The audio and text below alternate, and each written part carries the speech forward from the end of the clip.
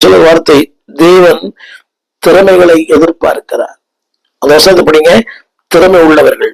அடுத்த ஒரு வார்த்தை நான் சொல்ல விரும்புகிறேன், கவனிங்க. அந்த அதுக்கு அடுத்த ஒரு வசனம் போட்டிருக்குது, it should be whole hearted. நான் வசனத்தை படிக்கிறேன், கேளுங்கள். அதுலயே 1 நாளாகவும் 12:33 அதுல எழுதப்பட்டிருக்கிறது, செபுலோன் புத்திரரை சகலவித ஆயுதங்களாலும் யுத்தம் செய்வதற்கு தங்கள் அணியை காத்து நிற்பதற்கும் பழகி வஞ்சனை இல்லாமல் யுத்தத்துக்கு போகத்தக்கவர்கள் 50,000 பேர். ஒரு வார்த்தை சொல்லுகிறேன், சகலவித யுத்த ஆயுதங்களை யுத்தம் செய்வதற்கு. நான் சொல்லுகிற அந்த யுத்தம் அல்ல, உலக பிரகாரமான யுத்தங்கள் அல்ல, வானமண்டலத்தில் பொல்லாத ஆவிகளின் சேனைகள். நாள்தோறும் யுத்தம். கவனிங்கள், யுத்தம் செய்வதற்கும், இரண்டாவது அணியை காத்து நிற்பதற்கும். திருச்சபையை, உங்கள் சாட்சியை, உடைய வாழ்க்கையை, உடைய ஒழுக்கத்தை, உடைய பிள்ளைகளை. ஒரு சின்ன கேள்வி, உங்க பிள்ளைகளால் உங்களுக்கு சாட்சி இருக்குதா?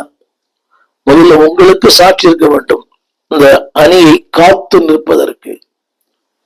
அந்த உங்களுக்கு முன்னால என்ன பேசுறாங்க முக்கியம் இல்லை, உங்களுக்கு பின்னால் என்ன பேசுறாங்க.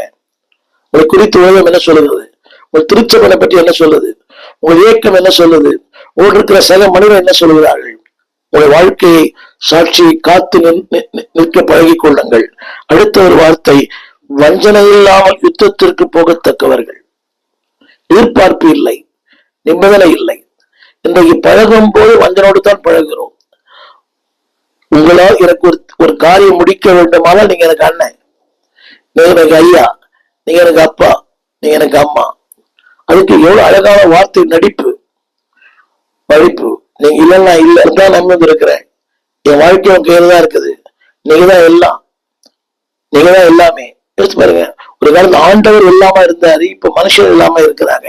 அதுல சொல்லப்பட்ட வார்த்தை, வஞ்சனை இல்லாமல் யுத்தம் போகிற. இன்னைக்கு பாருங்க, இனிக்க பேசி நம்ம இன்னைக்கு எப்படி ஆகிட்டாங்க, சிரித்து சிரித்து நம்மை சிறையில் அடைத்து விட்டார்கள். கவனமாக கேளுங்க, யார் உங்களை சிரிக்க வைக்கிறாங்க, உணவு சிறையில் அடைப்பார்கள். வஞ்சனையான பேச்சு, தேனொழிக பேசுவது, உங்களை அப்படியே மேல உயர்த்துவது வேண்டாம். அதை சொல்லப்படுறது, வஞ்சனை இல்லாமல் யுத்தத்துக்கு போகிறவங்க, இவங்கதான் ஊழியத்துக்கு தகுதியானவங்க. சொல்லுங்க, நம்பர் 1 திறமை உள்ளவர்கள். இரண்டாவது, யுத்த ஆயுதங்களை செய்ய, யுத்தம் செய்வதற்கு தகுதியானவர்கள். வாழ்க்கை என்பது ஒரு போராட்டம், ஊழியம் அதை விட ஒரு பெரிய போராட்டம். இன்னைக்கு நிறைய பேர் அதில் நிக்க முடியல, அழைப்பில் நிறுதியா நிற்க முடியல. சில பேர் இன்னைக்கு ப்ராப்ளமா ஆயிட்டாங்க.